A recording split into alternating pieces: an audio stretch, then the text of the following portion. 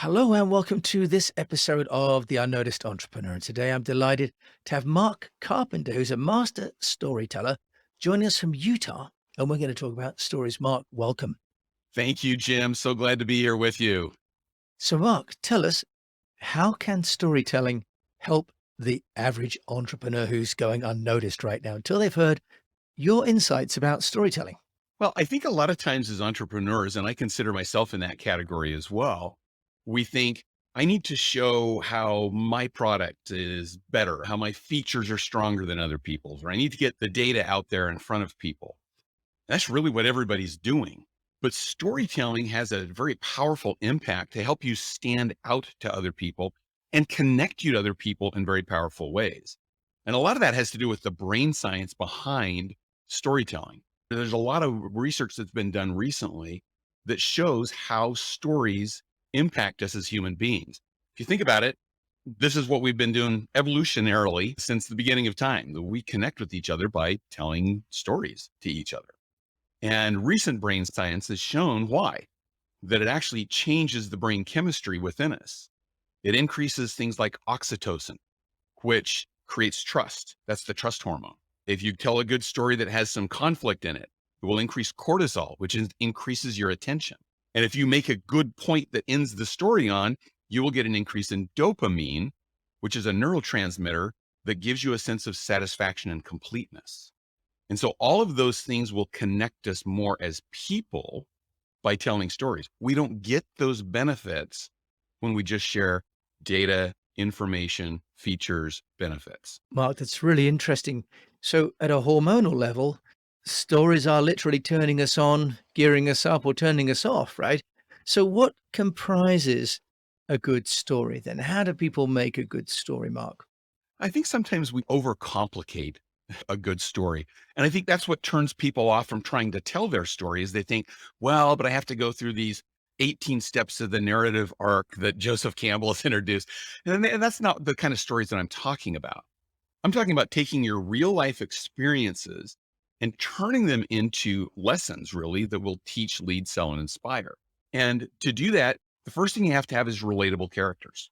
You have to relate to the audience you're talking to. So think about the people you're talking to. If I'm talking to investors, I want to relate to them in a way that shows that I'm a solid financial bet. And so I want to give some of the background that shows I'm like you. I'm concerned about the same things you're concerned about. I also need to include in that story some worthwhile goal that I'm trying to accomplish, and then put that goal at risk in some way and show how I've overcome that risk. That overcoming the risk is going to lead to the dopamine at the end. The risk itself is going to increase the cortisol. And so that's how those chemical reactions that go on in our brains tie in with a well-told story. But I think the key point that I want to make about a well-told story is that it's not so much about you as it is about your audience. It's about them and about the point that you're trying to make or the lesson learned that they can connect to. Sometimes people get caught up in thinking, I need to be the hero of every story that I tell. Sometimes if we make a mistake and show how we overcame that mistake, that's a more powerful and memorable story for people than the one where I'm always showing that I'm the hero. So think about what's connecting to your audience more than how can I make myself look good in this? I think that's a really great point because there's some confusion, isn't there, around storytelling and the founder's story versus the, if you like, the employee or the shareholder's story. So, Mark, can you give us an example of storytelling that's maybe happening now that you can help us to understand the concepts even more? Well, I always tell people there's things happening in your everyday life that are great opportunities for you to turn into stories to teach, lead, sell, and inspire. But I think we can also look at the news and at history that helps us to tell these stories as well. Jim and I were talking a little bit earlier about the war in Ukraine and about how there's storytelling going on both sides there. Russia's trying to frame the story in a specific way, and they're trying to cut off stories that might not fit their frame. And so think about this in a leadership standpoint. We need to be careful about what our motive is in telling our story. Because if your motive is manipulative in telling your story, that's going to come back to haunt you. There's an effort right now that's going on. One of my colleagues has been working on this, that they're talking to the people in Ukraine and getting their stories and trying through more personal media, getting those to the people in Russia. So they can see these are my neighbors that are just like me. And this is a different narrative that I'm actually getting from our government. So there's a different side of the story that can have a positive impact on society and on how people feel about certain situations. And I think those stories are the stories that are very important for us to tell. You raise an interesting point there, Mark, about authority. You know, which person is the most authoritative storyteller? I was talking to my daughter this morning. She says she gets her news from TikTok, not from the BBC. Young people today apparently are not trusting politicians, but they're trusting influencers. So, what's your view on who has the best, if you like, vantage point as a storyteller? I think the most authoritative storytellers are the most authentic storytellers. And I think that's what your daughter's seeing. TikTok knows its audience. And so they connect. They're more authentic with each other than the BBC may be for that audience. And so that's where the authenticity, that's where the realness comes in. And that's why I encourage people to look for the experiences they have in their own lives to turn into those stories, because those are very authentic. And even the ones where maybe I struggled a little bit, that's going to come off as very authentic to the other person, because we've all struggled. We've all had challenges. If you get someone who always tells stories about how they're perfect and they're heroic, you start to question that, because nobody's that perfect.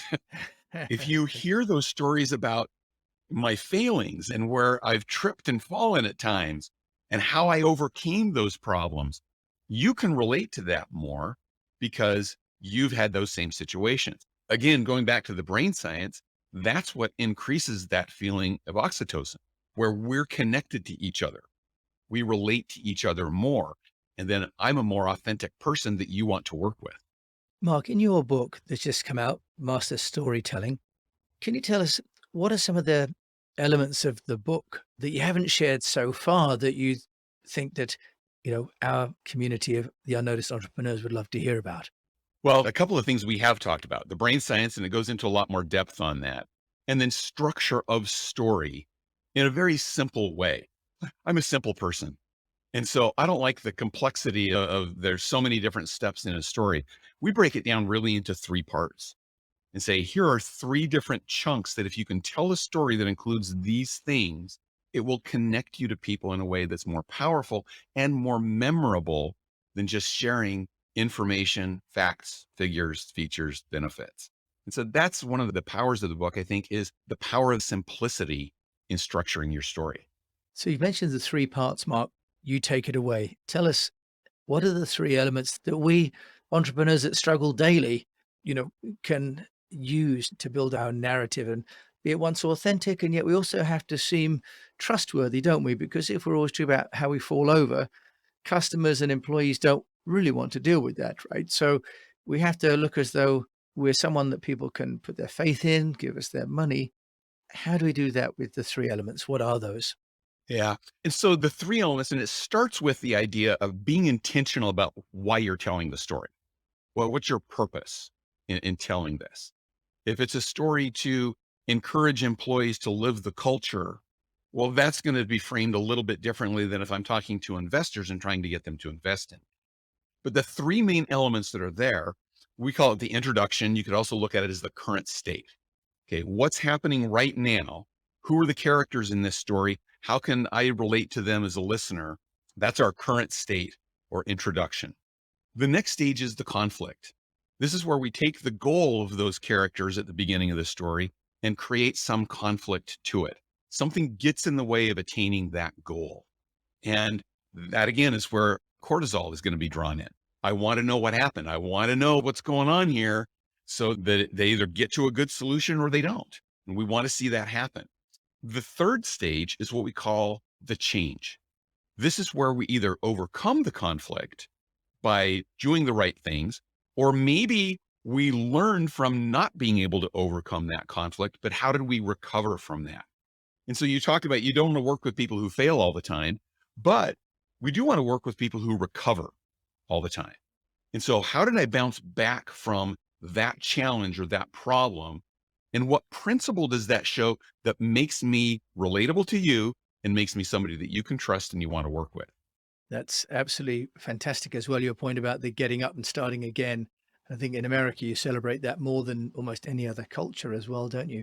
And what do you think is the impact of language and words and of pictures and moving images? Because you talk about the release of chemicals. And of course, in olden times, the Bible itself is a series of stories, isn't it? Well, just tell us the impact of words and of pictures. I'm imagining you've done some research on that as well. That's a great question, Jim. Thanks for raising that one. And I'll go to your word choice particularly. This goes again to know who your audience is.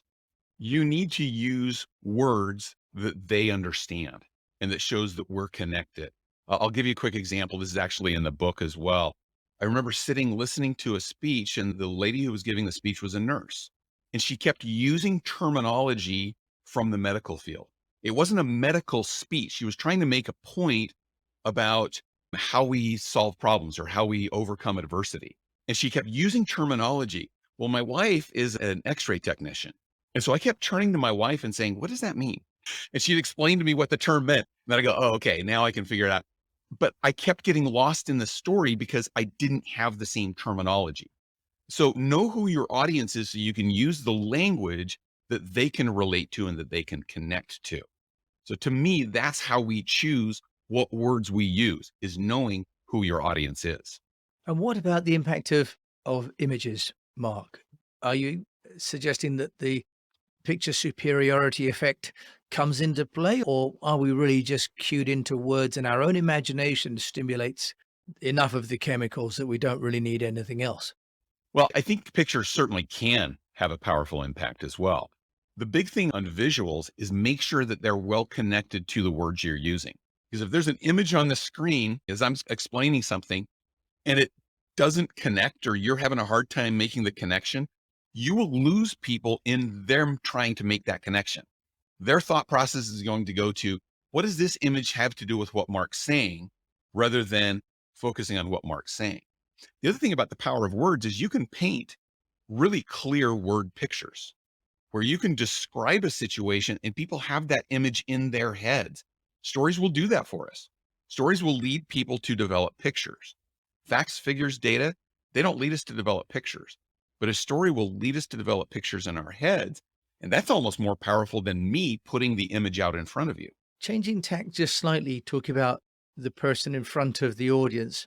Do you think then that a company should have different spokespeople so that maybe there is one, CEO, founder has his set of stories, and do you think you need different people who may be related to different audiences, or can one person be credible across all these different audience groups, Mark? Well, and as someone who's an entrepreneur of one, and I have a team of one, I have to make that relatability across different audiences. But I think in larger organizations, you want to develop a team of good storytellers. Storytelling creates vicarious experiences. So if I'll go to say a larger organization where maybe I'm on a team of 7 people, we have a manager.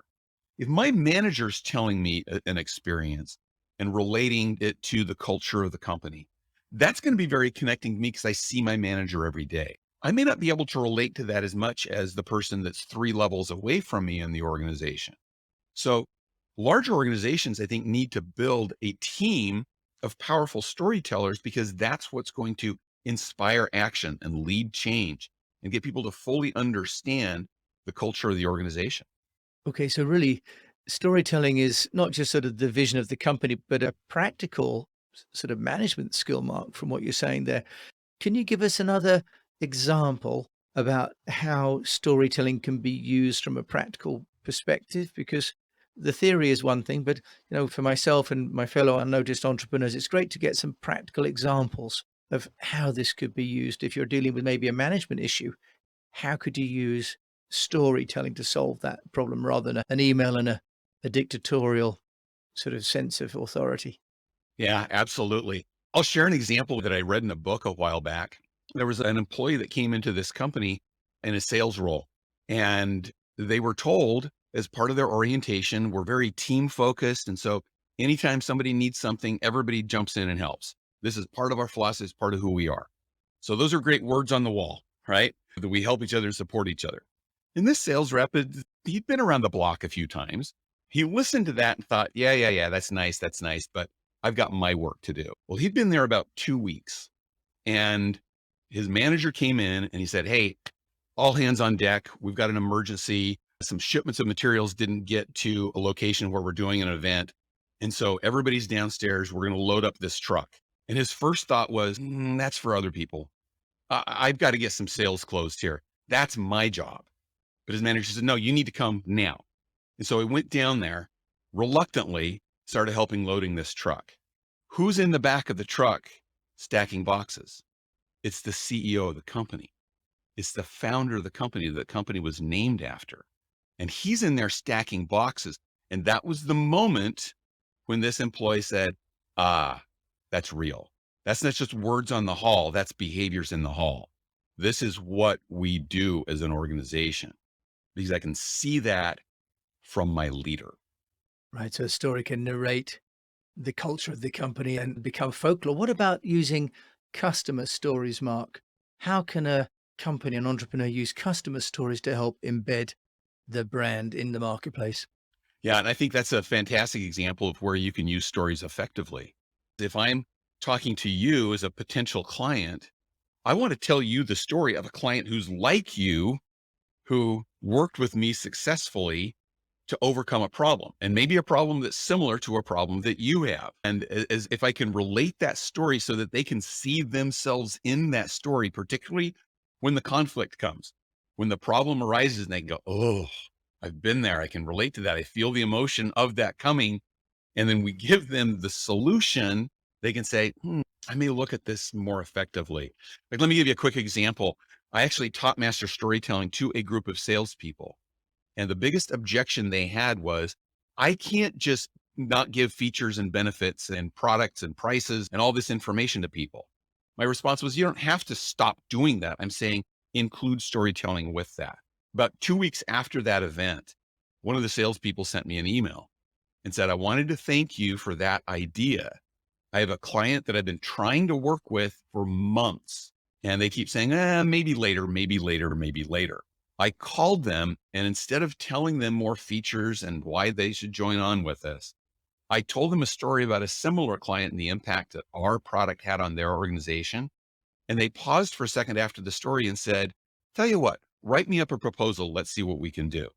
That's the first time I've been able to break through a proposal. And it was the story that I told that I think broke down that barrier. So that's an example of how telling effectively a customer story that they can relate to can open the doors, because now, again, we're more connected as people when you tell me a story too. Yeah, that's wonderful, Mark. Final question. I like to ask how an entrepreneur like you gets noticed yourself. You've got the book, Master Storytelling, but how are you getting yourself noticed? Yes. And the Master Storytelling book is available in all the different formats on Amazon around the world. I also do at least a weekly post on LinkedIn where I share a story. I try to live up to what I tell people, that your everyday life has stories that can teach principles. And so I put one on LinkedIn every week that everybody can see there. You can look for me, Mark Carpenter, with this face, those of you that can see me on the camera, and also Master Storytelling. We have a Master Storytelling page on LinkedIn as well. We also do a Master Storytelling workshop that we do virtually via Zoom. And we also will do it within companies to help them more directly solidify their organization stories that they want to tell to teach, lead, sell, and inspire. Mark Carpenter joining me from Utah, which is a beautiful state. Thank you so much for sharing all about stories. And I feel very connected having heard your story. So thank you so much. Thanks, Jim. You've been listening to Mark Carpenter and myself, Jim James, here in England on the Unnoticed Entrepreneur Show. Thank you so much for listening to this episode. If you like it, do please share it, rate it, and also look out for the upcoming book that's going to be on Amazon, which is The Unnoticed Entrepreneur Volume 2. Thanks for listening to this episode of The Unnoticed Entrepreneur.